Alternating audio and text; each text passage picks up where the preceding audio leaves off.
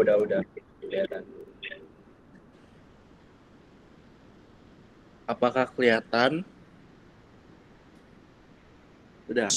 Kelihatan.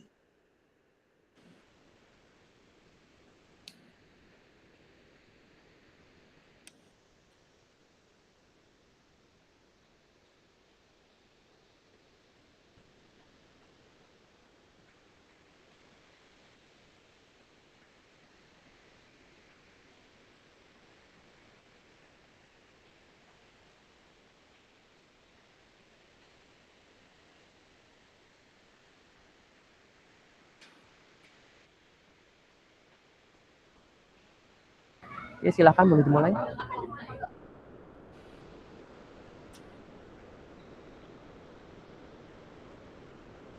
Baik, selamat malam semuanya. Di sini kita akan mempresentasikan negara berdasarkan kerakyatan demokrasi.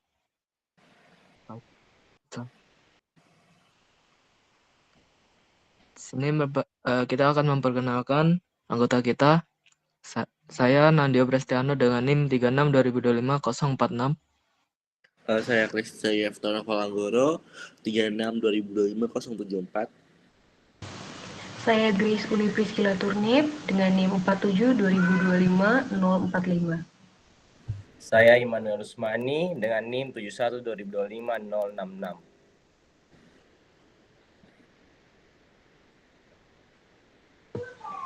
Baiklah teman-teman, di sini saya akan membuka.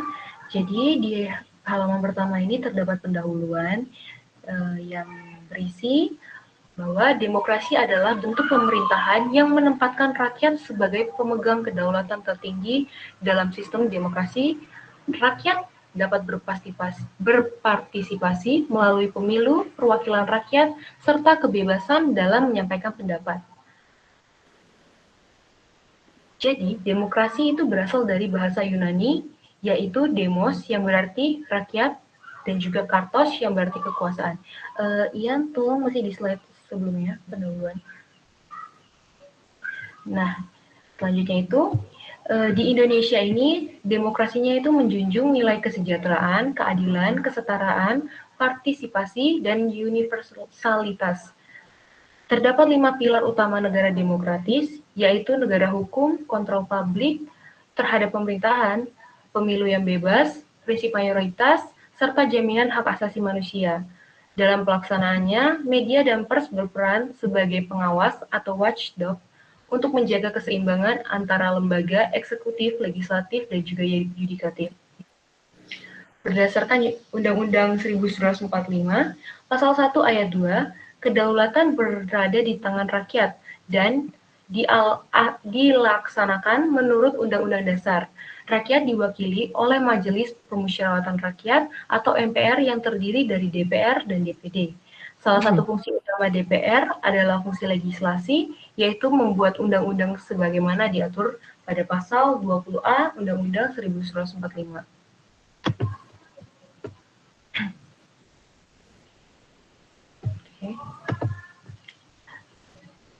Selanjutnya, seperti yang sudah saya sampaikan pada slide sebelumnya, demokrasi itu terdiri dari 2 kata, teman-teman.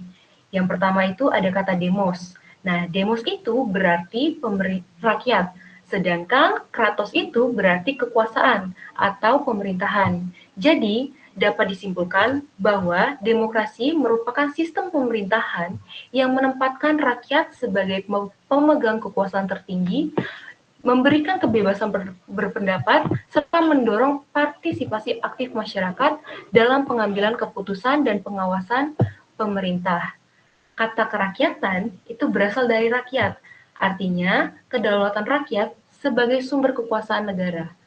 Ini tercermin dalam sila keempat Pancasila, yaitu yang berbunyi, kerakyatan yang dipimpin oleh hikmat kebijaksanaan dalam permusyawaratan atau perwakilan. Berbeda dari demokrasi barat yang mengutamakan suara terbanyak, kerakyatan menekankan mufakat. Menurut KBBI dan ahli, ini adalah pemerintahan dari rakyat, oleh rakyat, dan untuk rakyat, mirip ungkapan dari Abraham Lincoln. Lalu yang kedua, di sini terdapat sejarah dari perumusan kerakyatan. Nah, jadi teman-teman, demokrasi di Indonesia itu terdapat sejarahnya. Nah, perumusan kerakyatan di Indonesia itu pada awalnya hukum itu dimanfaatkan oleh pemerintah monarki absolut sebagai sarana untuk mempertahankan kekuasaan tanpa adanya mekanisme pengawasan sehingga cenderung bersifat sewenang-wenang dan juga merugikan masyarakat. Situasi ini kemudian memunculkan pemikiran dari tokoh-tokoh seperti John Locke, Rousseau, dan Montesquieu yang menekankan pentingnya pembatasan kekuasaan melalui konsep negara hukum. Nah, dari pemikiran tersebut lahirlah paham konstitusionalisme, yaitu ide bahwa kekuasaan harus dibatasi oleh konstitusi untuk melindungi hak-hak masyarakat. Nah, perkembangan ini mengarah pada terbentuknya sistem demokrasi, di mana kekuasaan berada di tangan rakyat dan dijalankan melalui sistem perwakilan. Nah, demokrasi di Indonesia ini mengalami perkembangan sejak sebelum kemerdekaan hingga masa reformasi. Nah, periode tersebut dapat kita lihat pada bagian bawah itu terdapat 4 poin. Nah, yang pertama itu ada demokrasi parlementer dari rentang tahun 1945 hingga 1959. Nah, perkembangan itu ditandai dengan sistem parlementer dan sering terjadi pergantian kabinet sehingga pemerintahan kurang stabil, teman-teman. Lalu poin kedua terdapat demokrasi terpimpin. Nah, demokrasi terpimpin ini terjadi pada tahun 1959 hingga 1965. Perkembangan demokrasi pada tahun ini, kekuasaan presiden itu lebih dominan dan peran partai politik itu terbatas. Lalu poin keempat, demokrasi Pancasila itu terjadi pada tahun 1965 hingga 1900. Maaf teman-teman, slide-nya sedang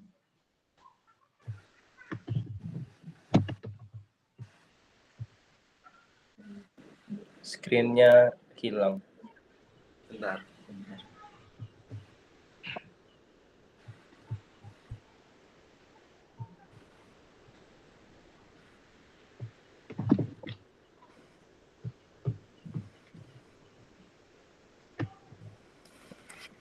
Oke, mohon maaf teman-teman, izin mengulangi. Untuk poin yang keempat, itu ada demokrasi Pancasila, terjadi pada tahun 1965 hingga 1998.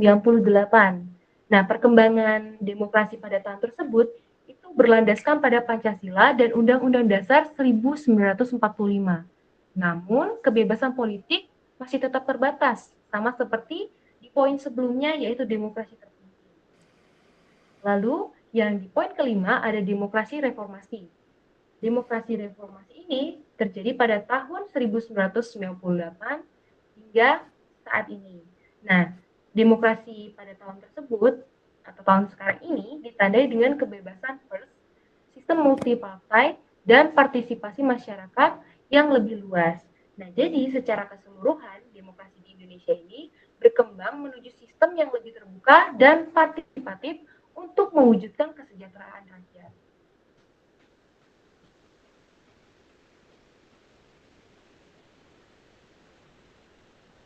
Next.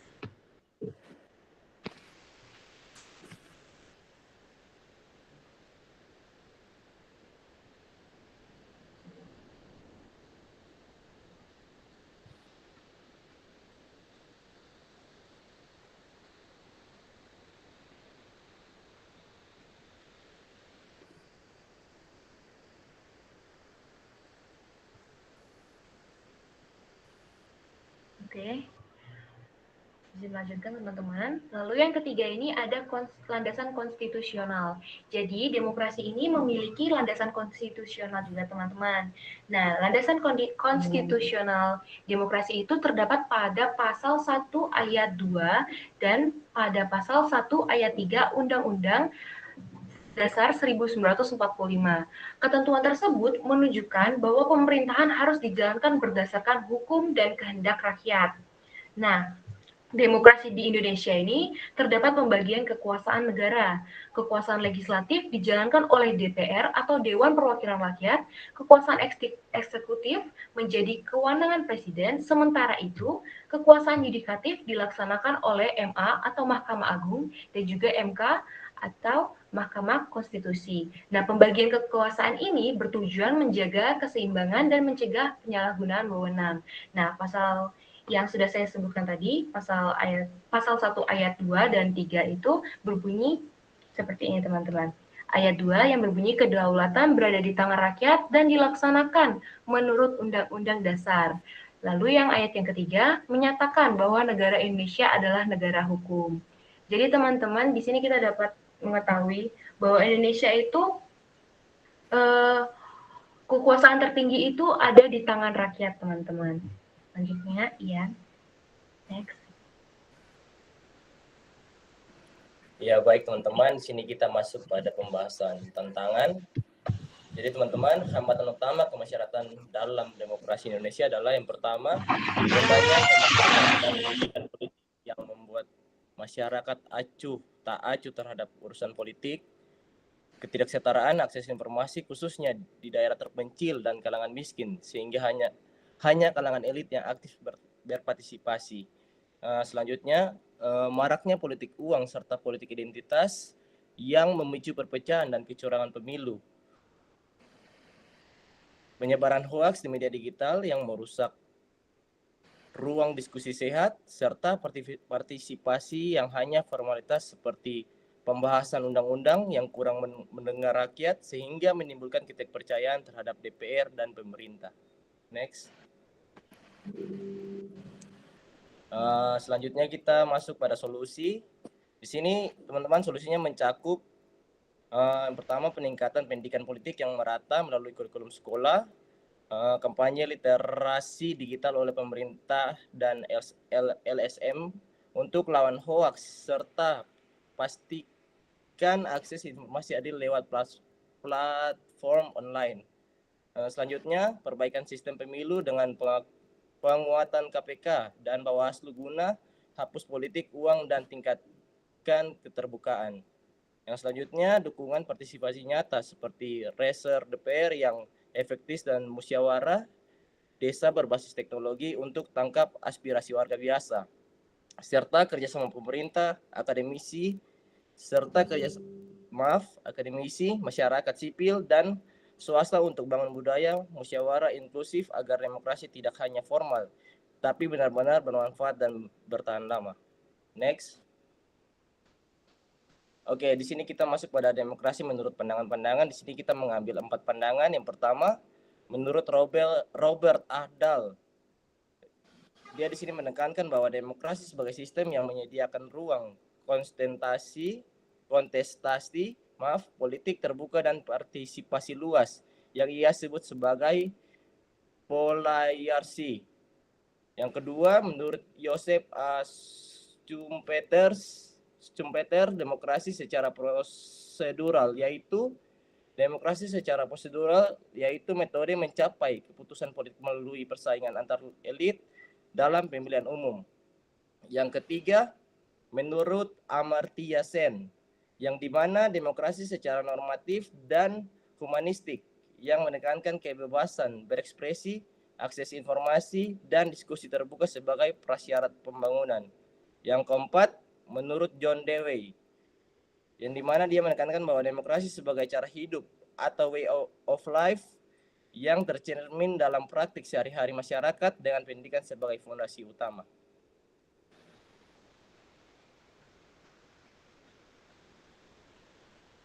Baik, yang selanjutnya adalah bentuk partisipasi dalam demokrasi. Partisipasi dalam demokrasi meliputi berbagai kegiatan yang saling melengkapi, mulai dari ikut pemilu untuk memilih presiden hingga ikut musyawarah di tingkat RT atau RW untuk membahas masalah lingkungan. Semangat demokrasi juga terlihat lewat kegiatan relawan yang tindakan sosial sebagai bentuk kepedulian serta penggunaan ruang digital secara etis untuk menyampaikan aspirasi dan kritikan terhadap kebijakan publik. Boleh di slide, sahabat Ian. Baik, peran masyarakat dalam demokrasi. Masyarakat berperan penting dalam demokrasi Indonesia. Bukan sekedar pemilihan, mereka menjalankan kedaulatan rakyat Pasal 1 Ayat 2 UUD 1945 dengan memilih pemimpin melewati pemilu bebas dan serta bersifat berinisiatif langsung serta melewati referendum atau petisi. Next. Bagaimana peran demokrasi kerakyatan di Indonesia? Demokrasi kerakyatan di Indonesia diterapkan secara nyata yang mudah dipahami. Rakyat memilih presiden langsung, anggota DPR, DPRD, dan kepala daerah lewat pemilu yang bebas dan jujur. Selain itu, masyarakat juga ikut musyawarah di RT atau RW atau desa untuk membahas masalah lingkungan dan kepentingan bersama. Next.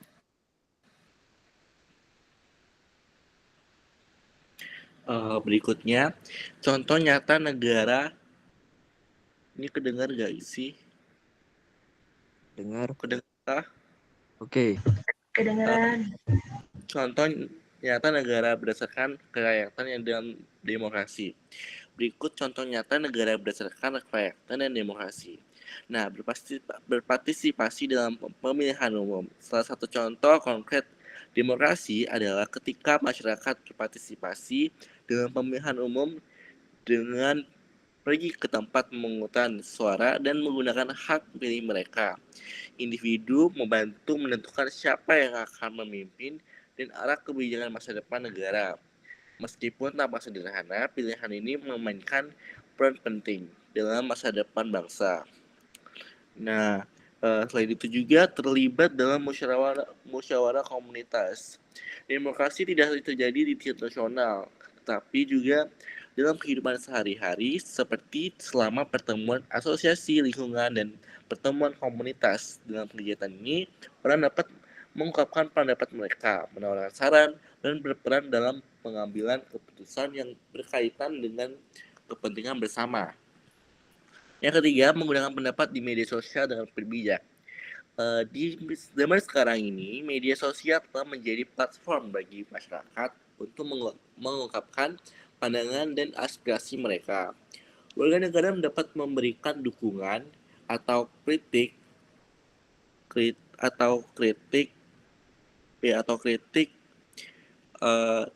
terhadap kebijakan pemerintah. Namun hal ini harus dilakukan dengan bijak, dengan menggunakan bahasa yang sopan, memastikan informasi yang dibagikan akurat, dan menghindari penyebaran berita yang belum diverifikasi.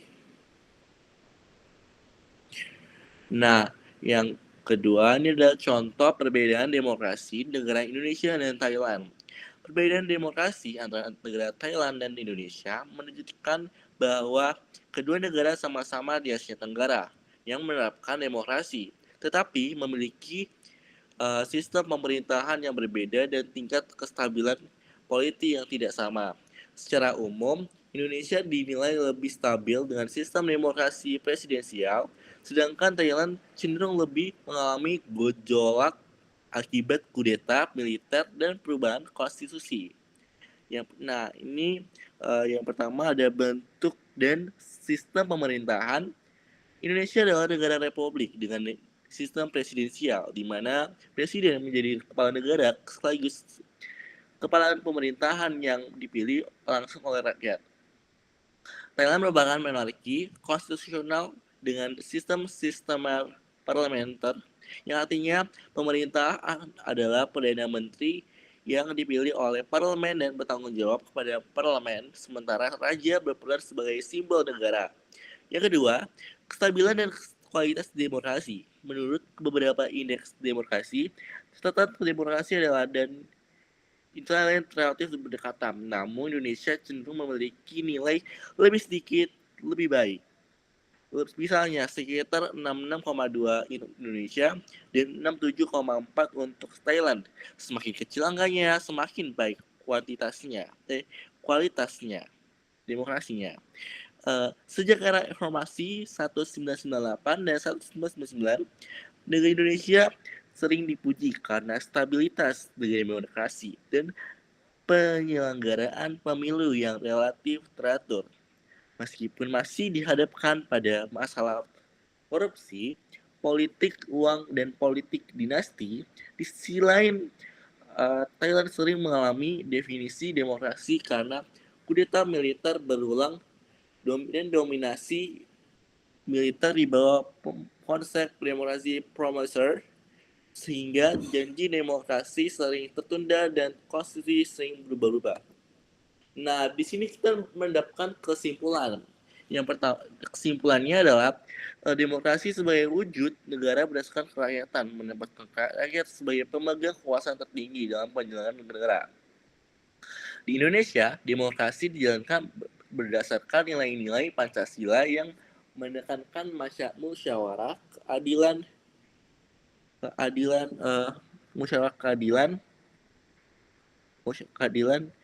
dan kesejahteraan bersama, bukan sekadar suara terbanyak. Perkembangan demokrasi Indonesia menunjukkan proses yang panjang menuju sistem yang lebih terbuka dan partisipatif. Namun, pelaksanaan demokrasi masih menghadapi berbagai tantangan seperti rendahnya kesadaran politik, ketimpangan informasi, serta praktik-praktik yang merusak seperti politik uang dan hoax. Oleh karena itu, diperlukan peran aktif masyarakat dan komitmen pemerintah untuk menjaga nilai-nilai demokrasi agar dapat terwujud kehidupan bangsa yang adil, sejahtera, dan demokratis. Selanjutnya, ini adalah daftar pustaka, bisa dilihat. Nah, tanya jawab, kita akan mereview film yang kami bikin. Sebentar ya teman-teman.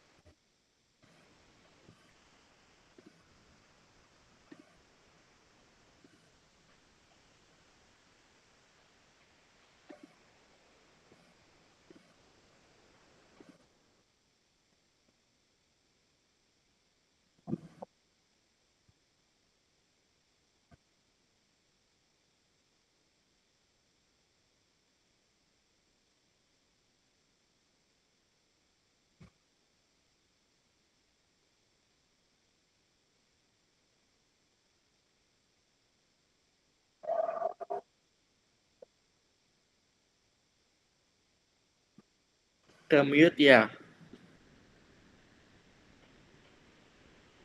White.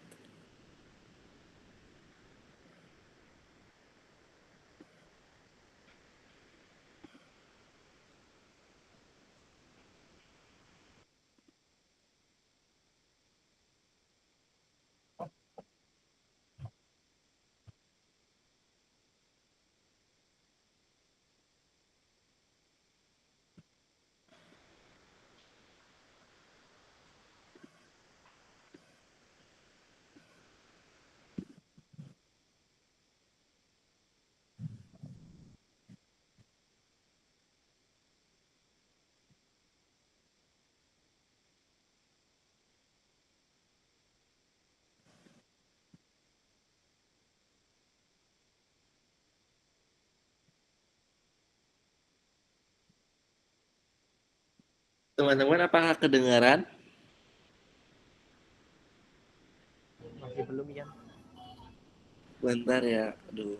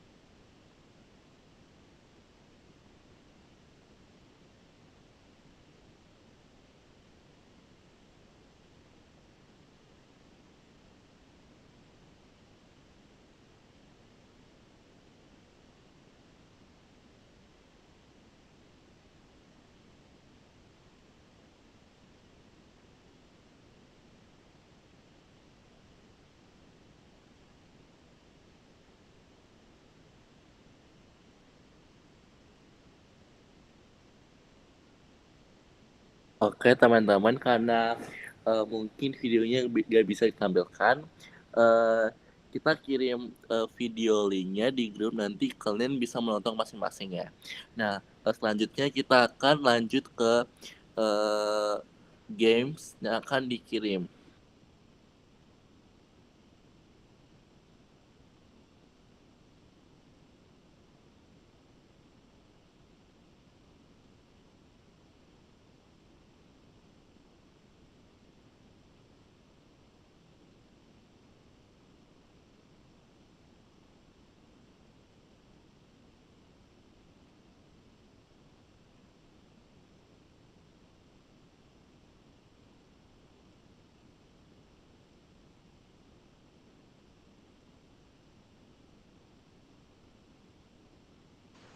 Teman-teman bisa join ya.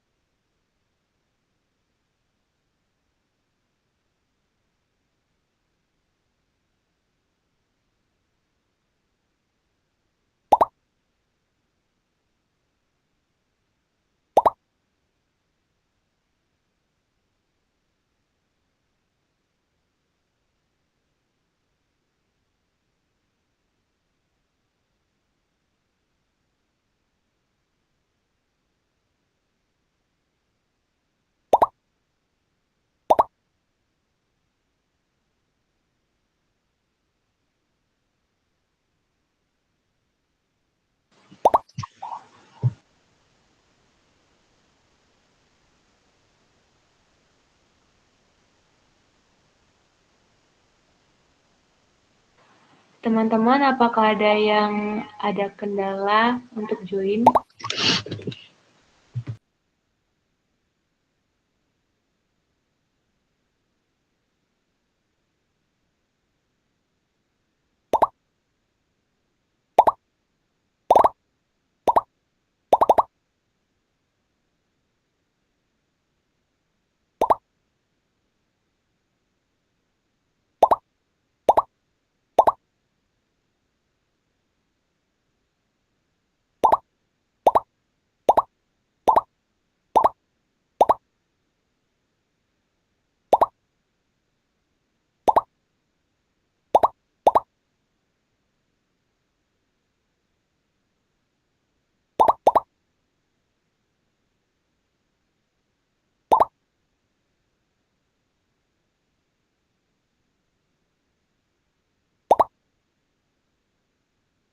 Teman-teman, di sini seharusnya ada 22 orang yang join, kalau bisa secepatnya ya guys.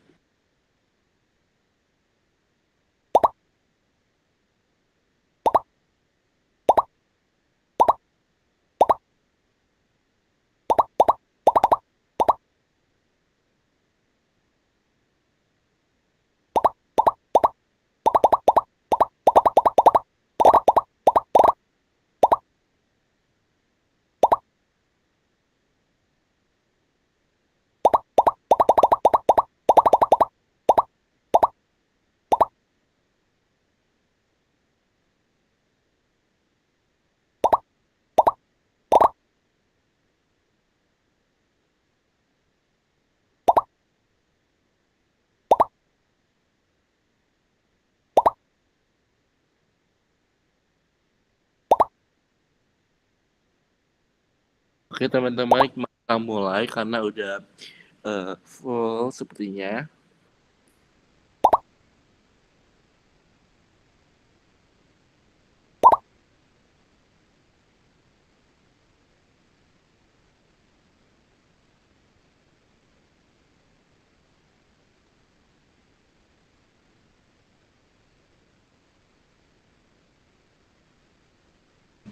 Teman-teman, saya mulai ya.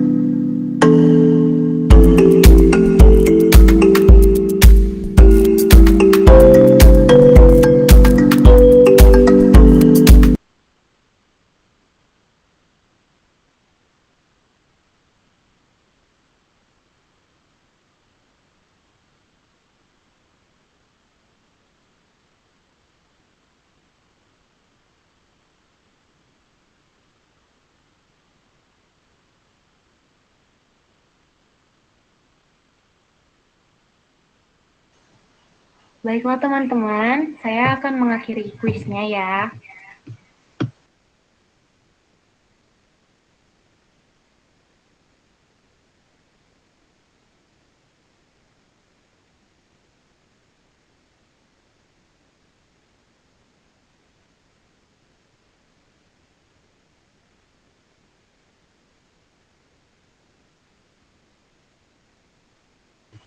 Eh, ini untuk Kevin yang mana ya Kevin? Soalnya ada dua. Halo, halo. Ya.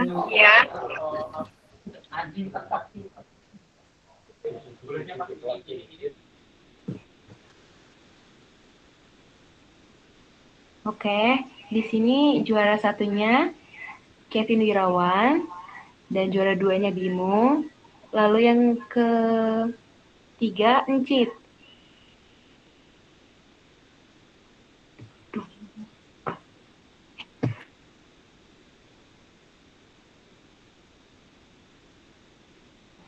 Selamat ya teman-teman, untuk hadiahnya akan kami berikan minggu depan ya. Oke teman-teman, apakah ada pertanyaan dari sini?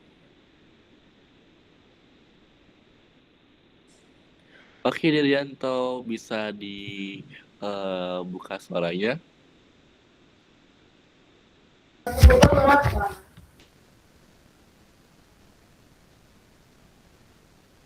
Dirianto bisa dijelaskan apa pertanyaannya? Oh iya baik, terima kasih. Saya Derianto Pindan dengan NIM 71225078. Jadi saya ada beberapa pertanyaan mengenai materi demokrasi ini.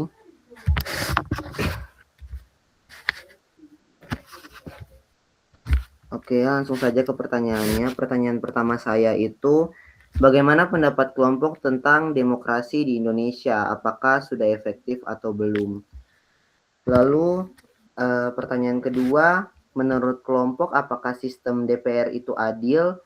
Dan coba jelaskan bagaimana keberadaan DPR menghasilkan pro dan kontra dalam sistem demokrasi secara umum maupun yang terjadi di Indonesia. Lalu pertanyaan terakhir, bagaimana penerapan UUD pasal 1 ayat 2 ini dalam menghadapi aksi demo dan mengapa ada aksi demo yang ditanggapi dan ada yang diabaikan dan tidak membuahkan hasil. Bagaimana pendapat kelompok? Itu saja dari saya, terima kasih. Oke Dirianto, terima kasih. Untuk pertanyaannya kita tampung dulu apakah ada yang bertanya lagi? Ini kalau bisa di kolom chat ya bertanyanya, karena kita udah kedengar.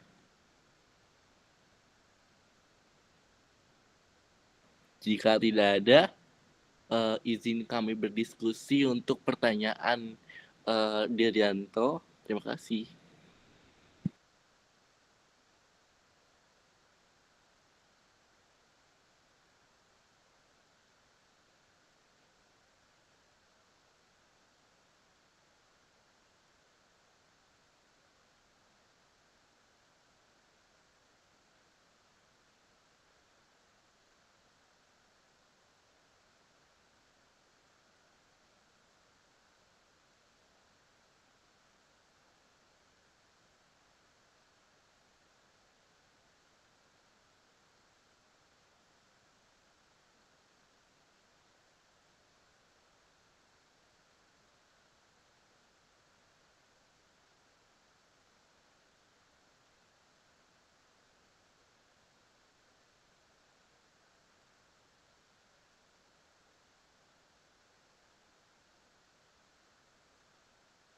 Oke Dirianto, apakah soalnya bisa dikirim di kolom chat?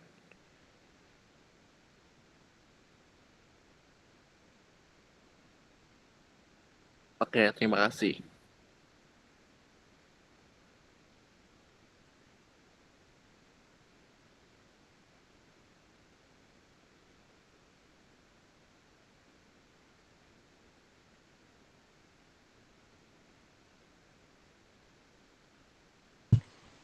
Teman-teman, mohon izin untuk meminta waktu berdiskusi ya.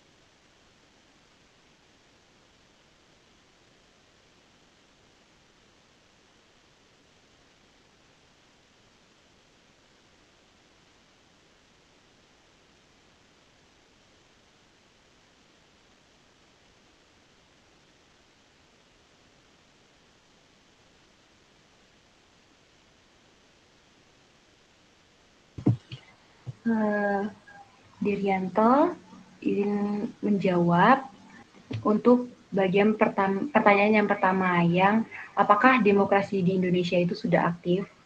Jadi hasil diskusi kami, demokrasi di Indonesia itu sebenarnya udah berjalan, tapi belum sepenuhnya efektif. Nah, jadi di satu sisi lain, rakyat itu memang sudah ada kayak pemilu, lalu ada yang forum untuk menyampaikan pendapat, membentuk organisasi, terus ada demo, akhir-akhir ini kan ada isu-isu ada demo gitu ya. Lalu pergantian kekuasaan juga bisa terjadi secara damai melalui pemilu kalau di Indonesia. Tapi dalam praktiknya di Indonesia itu banyak masalah juga. Ya, seperti yang kita ketahui adanya politik uang, terus korupsi, kepentingan partai yang lebih dominan daripada kepentingan rakyat. Nah, serta juga ada pengaruh kelompok-kelompok yang memiliki modal dan kekuasaan yang besar. Nah, akibatnya suara rakyat itu tidak selalu benar-benar jadi dasar utama dalam pengambilan keputusan di Indonesia. Jadi, yang dapat saya simpulkan itu demokrasi di Indonesia itu berjalan. Walaupun banyak masalah seperti itu, bukan berarti demokrasi di Indonesia itu gagal, tapi kualitas pelaksananya itu masih perlu banyak perbaikannya.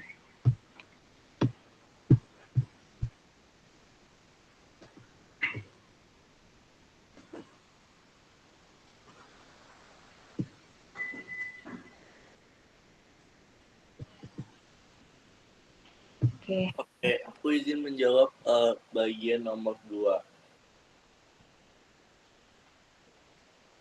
Jadi di sini pertanyaannya, menurut kelompok apakah sistem DPR itu adil, dan coba jelaskan bagaimana keberadaan DPR menjadi pro dan kontra dalam sistem demokrasi secara umum maupun yang terjadi di Indonesia. Jadi kita memiliki jawaban, sistem DPR pada dasarnya dibuat untuk mewakili suara rakyat karena tidak mungkin seluruhnya rakyat terlibat dalam tim pro menjadi perwakilan rakyat dalam pemerintahan, menyalurkan aspirasi masyarakat melalui anggota yang dipilih, mengawasi kinerja pemerintah agar tidak menyalahgunakan kekuasaan, membahas dan menyusun undang-undang untuk kepentingan publik. Nah, kontranya, tidak semua anggota DPR benar-benar mewakili kepentingan rakyat. Terkadang mengutamakan kepentingan partai politik daripada masyarakat, muncul kasus korupsi atau penyalahgunaan jabatan yang mengurangi kepercayaan publik. Aspirasi masyarakat sering dianggap tidak disampaikan secara maksimal. Nah, dalam konteks Indonesia, keberadaan DPR penting untuk demokrasi, tetapi efektivitasnya sangat bergantung pada integritas anggota DPR dan pengawasan masyarakat. Itu dari kelompok kami untuk jawaban nomor 2.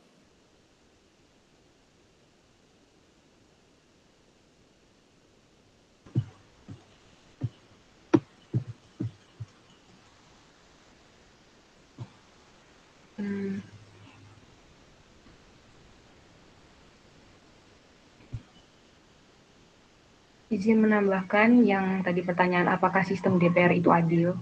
Jadi hasil dari diskusi kami juga tadi, secara konsep itu sistem DPR itu cukup adil karena anggota DPR itu kan memang dipilih langsung dari pemilu, langsung dari masyarakatnya. Jadi dalam arti itu kayak masyarakat itu mempunyai kesempatan untuk menentukan siapa nih yang mau mewakili kita gitu. Namun kenyataannya itu kan kadang keadilan itu tuh belum terasa. Banyak masyarakat juga menilai bahwa setelah dipilih sebagian anggota DPR itu lebih fokus ke kepentingan partainya, terus kelompok-kelompok politiknya, terus kepentingan tertentu dibandingkan dengan aspirasi masyarakat yang kemarin yang sudah mendukung mereka. Nah, karena itu dapat disimpulkan sistem DPR itu bisa dikatakan adil dalam desainnya, tetapi dalam pelaksanaannya itu ada beberapa hal yang belum bisa dikatakan belum memenuhi harapan masyarakat seperti itu. Lalu untuk yang Nomor 3 tadi pertanyaannya, bagaimana penerapan Undang-Undang Pasal 1 Ayat 2 dalam menghadapi aksi demo dan mengapa ada aksi demo yang ditanggapi dan ada yang diabaikan dan tidak membuahkan hasil. Oke, bagaimana pendapat kelompok? Oke, tadi kami juga baru saja berdiskusi, sebenarnya hasil diskusi yang tadi, hasil dari diskusi kami tadi, pada materi yang sudah kami sampaikan, yaitu pembahasan tentang landasan dari demokrasi. Nah, tadi kan saya sudah mention nih, ada landasan pasal 1 ayat 2 Undang-Undang 1945. Nah, di situ kan berbunyi bahwa kedaulatan berada di tangan rakyat dan dilaksanakan menurut undang-undang.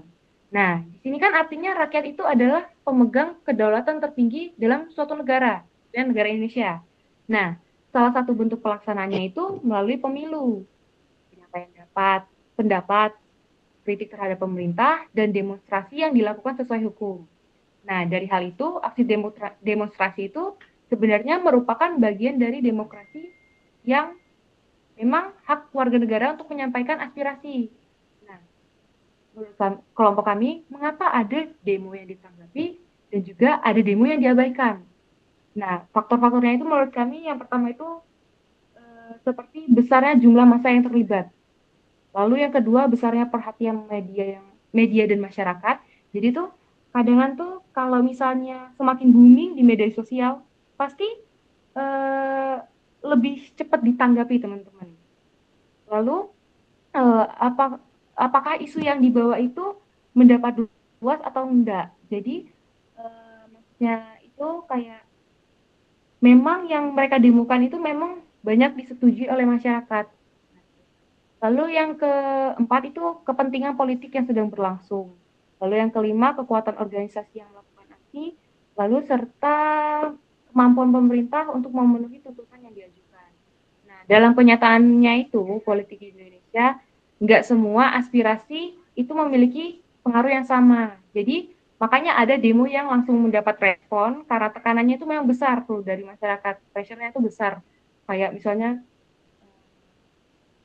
kalau misalnya kayak ada salah satu politikus yang dihujat di media sosial. Nah, jadi kan itu kan menarik perhatian publik. Makanya dia lebih cepat direspon. Lalu ada juga kurang diperhatikan karena dianggap nggak cukup untuk mempengaruhi kebijakan atau tidak mendapat sorotan luas dari masyarakat. Nah, inilah realitas yang sering terjadi di Indonesia.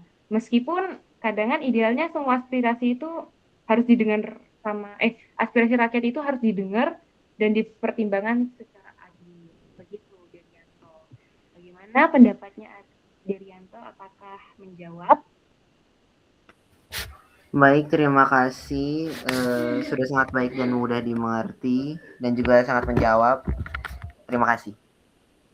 Sama-sama, Derianto.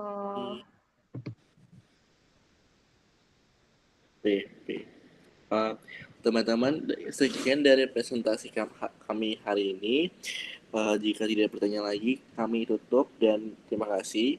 Untuk kelompok selanjutnya kami serahkan kepada ketua kelas.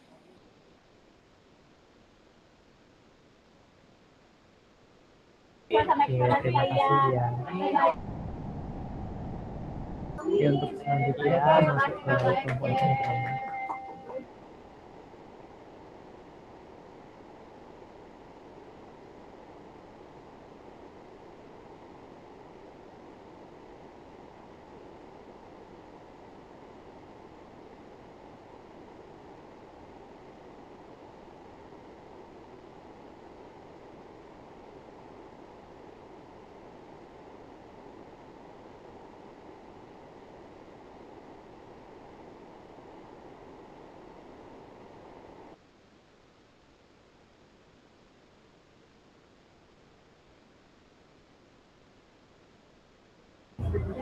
Oke, selamat malam teman-teman.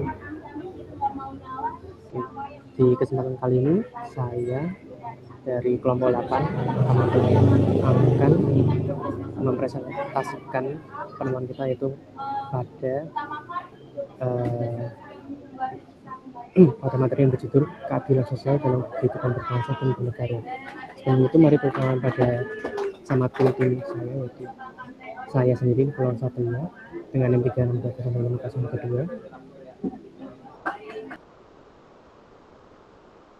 Oke, maaf ya karena saya lagi ada rapat ini. Wait, sebentar, agak jauhan dikit, sebentar ya.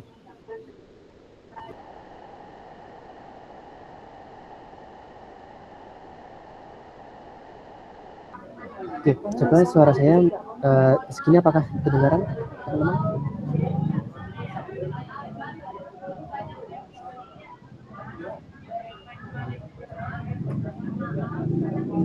Oke, saya ulangi lagi ya. Jadi selamat malam teman-teman. Pada kesempatan kali ini saya akan mempresentasikan materi kami, yaitu mengenai keadilan sosial dalam kehidupan berbangsa dan bernegara. Sebelum itu saya akan memperkenalkan diri saya sendiri, yaitu Nikolaus Satria dengan 362025 Terus teman saya yaitu Kristi Aprilia dengan 47205014, dan yang terakhir Kristi Agustina dengan 71205090. Silakan untuk teman saya.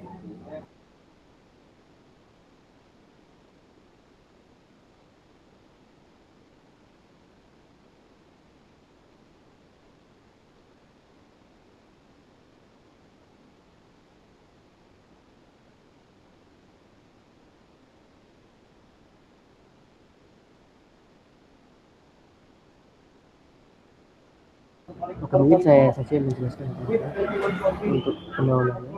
Pancasila merupakan dasar negara Indonesia yang berfungsi sebagai pedoman dalam kehidupan berbangsa dan bernegara. Salah satu sila dalam Pancasila yaitu sila kelima, keadilan sosial bagi seluruh rakyat Indonesia, memiliki makna penting dalam mewujudkan kesejahteraan dan kesetaraan bagi seluruh masyarakat. Teman-teman.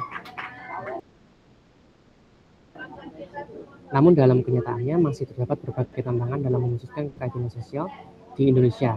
Hal ini menunjukkan bahwa nilai-nilai keadilan sosial belum sepenuhnya dijalankan secara merata di seluruh masyarakat. Melalui modul ini, mahasiswa diharapkan mampu memahami makna keadilan sosial bagi seluruh rakyat Indonesia.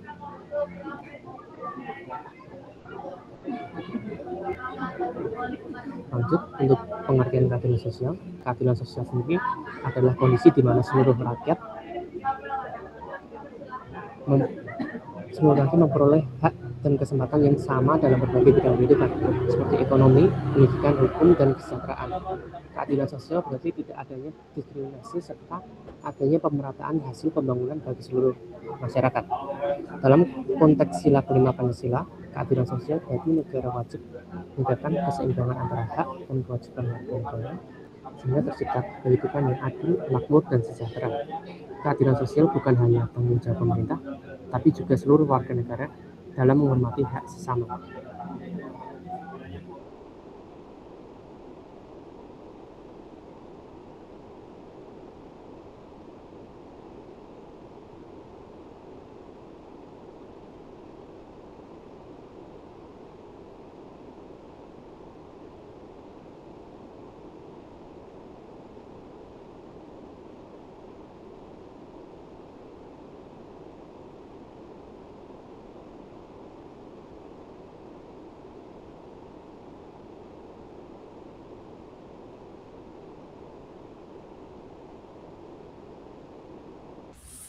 Baik, selanjutnya saya akan menjelaskan mengenai konsep keadilan. Sebentar ya. Baik, saya akan menjelaskan mengenai konsep keadilan sosial bagi seluruh rakyat Indonesia. Yang pertama ada sejarah perumusan. Yang sebelumnya, saya akan menjelaskan mengenai sejarah perumusan. Sila kelima Pancasila dirumuskan melalui proses panjang dalam bidang BPUPKI dan PPKI tahun 1945. Konsep keadilan sosial muncul dari cita-cita bangsa Indonesia untuk menghapus penjajahan, kemiskinan, dan kesenjangan sosial. Para pendiri bangsa menghendaki negara Indonesia merdeka yang menjamin kesejahteraan rakyat secara merata. Oleh karena itu, sila kelima berbunyi keadilan sosial bagi seluruh rakyat Indonesia yang menegaskan bahwa seluruh kebijakan negara harus diarahkan pada kesejahteraan bersama, bukan hanya untuk kelompok tertentu saja.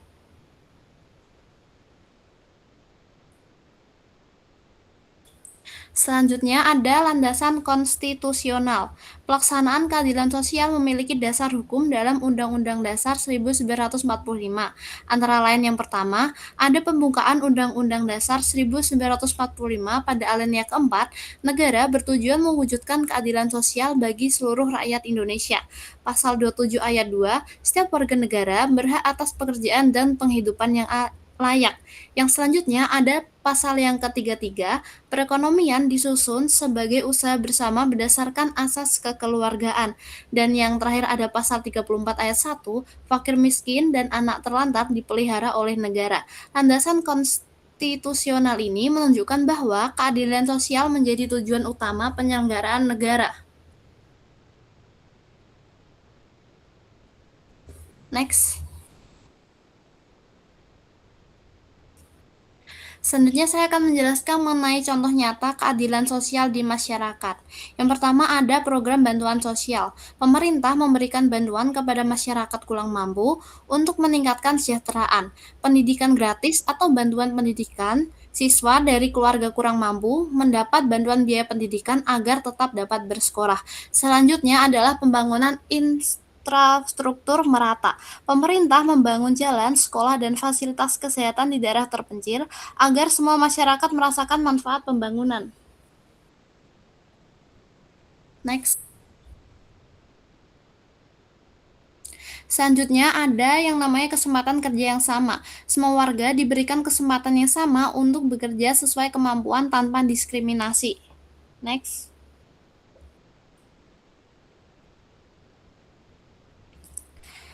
Lalu, ada tantangan dalam mewujudkan keadilan sosial. Yang pertama, adanya kesenjangan sosial ekonomi, masih terdapat perbedaan kesejahteraan yang besar antara masyarakat kaya dan miskin, serta antara daerah perkotaan dan pedesaan.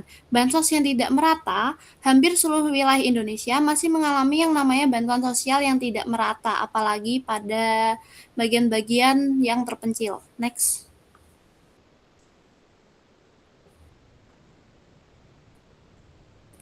Yang selanjutnya ada ketidakmerataan pembangunan. Beberapa wilayah belum menikmati pembangunan yang setara, terutama daerah terpencil. Selanjutnya ada diskriminasi sosial. Masih ada perlakuan tidak adil berdasarkan status ekonomi, pendidikan, atau latar belakang sosial.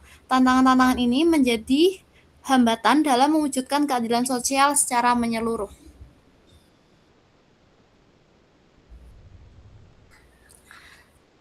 Contoh nyata keadilan sosial di Salatiga. Ini saya ambil di Instagram. Pada Selasa 27 Mei 2025, Pemkot Salatiga melalui Dinas Sosial menyalurkan bantuan tahap 2 di PT Agrik Amarga Jaya bersama Bank Jateng, cabang Salatiga. Sebanyak 467 buruh menerima 300.000 per orang. Bantuan ini diharapkan meningkatkan kesejahteraan dan mendorong perekonomian Kota Salatiga. Next.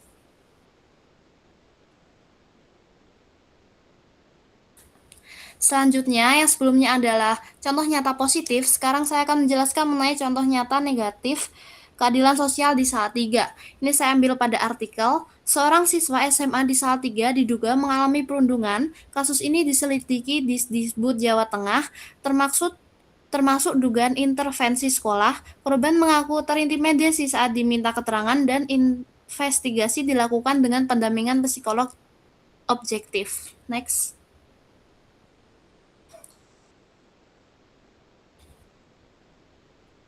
Sikap yang seharusnya yang dapat mewujudkan keadilan sosial. Yang pertama yaitu kita harus bersikap adil. Yang kedua, kita harus menghormati hak orang lain. Next. Yang ketiga, kita harus peduli terhadap sesama. Sikap peduli dan gotong royong membantu mewujudkan kesejahteraan bersama. Lalu ada mendukung kebijakan pemerataan. Masyarakat perlu mendukung program pemerintah yang bertujuan mengurangi kesenjangan sosial. Next. Kesimpulannya, keadilan sosial bagi seluruh rakyat Indonesia merupakan cita-cita bangsa yang harus diwujudkan bersama. Negara memiliki tanggung jawab menyediakan kesejahteraan yang merata, sementara masyarakat harus mendukung dengan sikap adil, peduli, dan menghargai hak sesama. Dengan kerjasama antara pemerintah dan masyarakat, keadilan sosial dapat tercapai demi terciptanya kehidupan bangsa yang adil dan sejahtera. Berikut daftar pustaka yang kami ambil.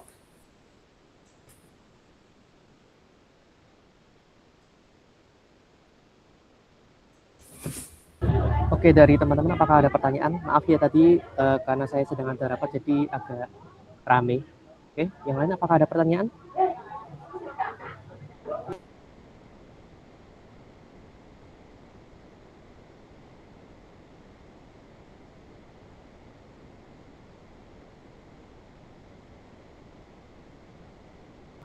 Oke, kalau tidak ada pertanyaan nanti aku lanjut ke game ya teman-teman.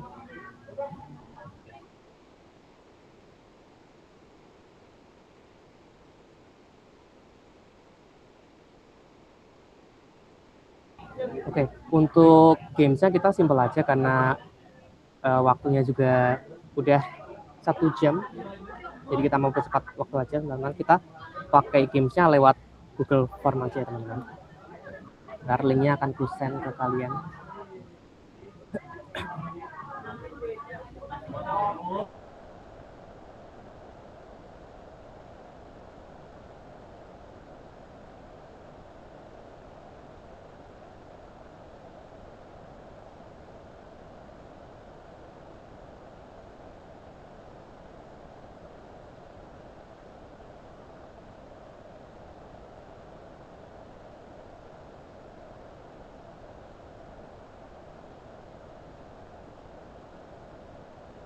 Oke, itu linknya sudah aku pin di chat ya teman-teman, di chat box. Silahkan dibuka.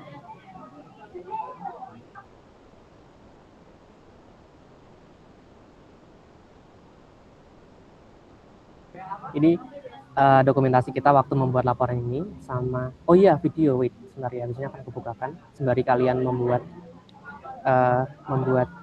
game yang telah kita berikan.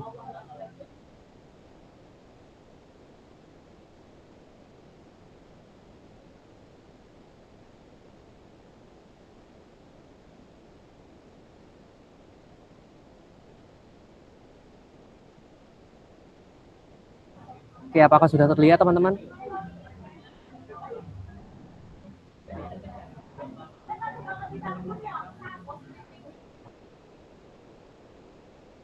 Oke, coba saya play ya.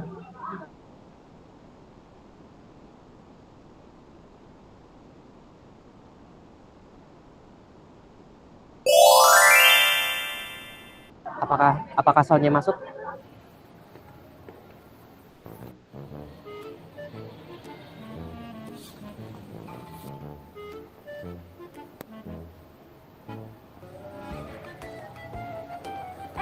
Bu, saya dulu Bu, kan antrian saya. Saya duluan aja deh, Bu. Kok jadi bukan saya? Ini penting, Bu, soalnya saya mau pergi. Bentar, itu kan bagian saya, Bu. Kenapa jadi ibu yang Bu, nyerobot? saya tuh kenal loh sama PRT. Pasti nggak bisa gitu dong, Bu.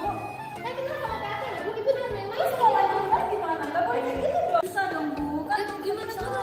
caranya? Bu, ada apa ini, Bu? Gini loh Pak RT, ini kan antrian saya. Tiba-tiba ibu ini datang nyerobot, gimana? Saya buru-buru, Bu. Kamu paham gak sih, Bu? Ya kan itu bagian saya, Bu. Apa sih, Bu? Ini kan nggak Bu, boleh kayak gitu. bentar. Daripada debat mulu, mending ibu ini dulu aja yang didahulukan dulu, Bu. Oh, dengerin. Kenapa, Pak? Kan nggak bisa kayak gitu dong. Ya karena dia lagi buru-buru ini, Bu. Bapak tahu dari mana ibu ini buru-buru? Ya karena dia saudara saya. Oh pantesan banget, kan nggak boleh kayak gitu dong Pak. Kan ini bagian saya. Gimana sih Bapak ini? Ya nggak bisa kayak gitu dong. Orang lagi buru-buru kok, Bu. Ya kan nggak bisa dong Pak. Gimana sih Pak RT ini? Harusnya aku Pak RT harus adil dong sama semua rakyatnya. Iya berburu Bu. Nggak betul nih. Iya loh Bu. Kalau bapak kayak gitu saya viralin bapak ini. Bu, jangan Bu. Enggak. Mana ya? Hai guys, lihat nih. Saya ini lagi antre sembako nih ya. Tapi masa iya Pak RT-nya ini, Pak RT-nya nggak adil banget. Masa iya saya antre sembako dari angka 1 sampai 58, tapi malah masa saudaranya ini didahuluin, mentang-mentang dia cantik, saudaranya lagi. Ini nih. Tandain ya Pak RT 08008, ini dia orangnya ini nih. Nggak adil banget. Mana keadilan sosial bagi seluruh rakyat Indonesia? Nggak adil banget ini. Kirain guys, biar tahu rasa.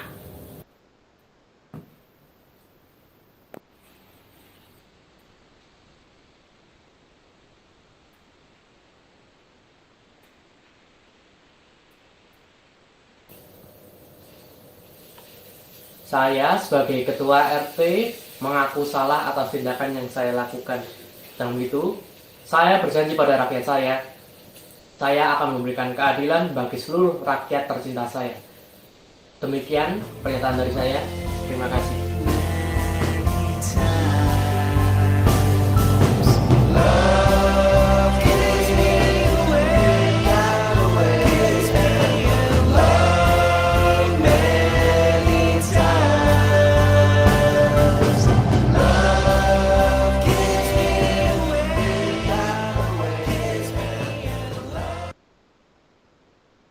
Oke, mungkin seperti itu ya teman-teman ya. Lumayan singkat tapi ya lumayan berisi gitu. Oke, sekian presentasi kelompok 8. Maaf jika ada salah kata sama tadi ada banyak sekali kendala. Jadi selamat malam, silahkan melanjutkan kegiatan kalian. Terima kasih. Oh ya, dari Pak Dion, apakah ada informasi Pak? Ya, terima kasih kelompok 7 dan 8 yang sudah mempresentasikan. Kita berikan aplaus dulu teman-teman untuk kelompok 7 dan 8. Infonya minggu depan lanjut dulu ya kelompok 9 untuk presentasi. Kita mulai mungkin pukul 9 juga ya, karena hanya satu kelompok. Begitu? Oke Pak, terima kasih Pak. Ya, boleh ditutup dengan doa ya Satria ya. Ya, oke. Oke, sebelum kita mengakhiri kegiatan pada malam hari ini, mari kita bersatu dalam doa. Ya Tuhan, terima kasih karena Engkau telah memberkati pembelajaran kami pada malam hari ini. Ya Tuhan, sekarang kami akan melanjutkan aktivitas kami.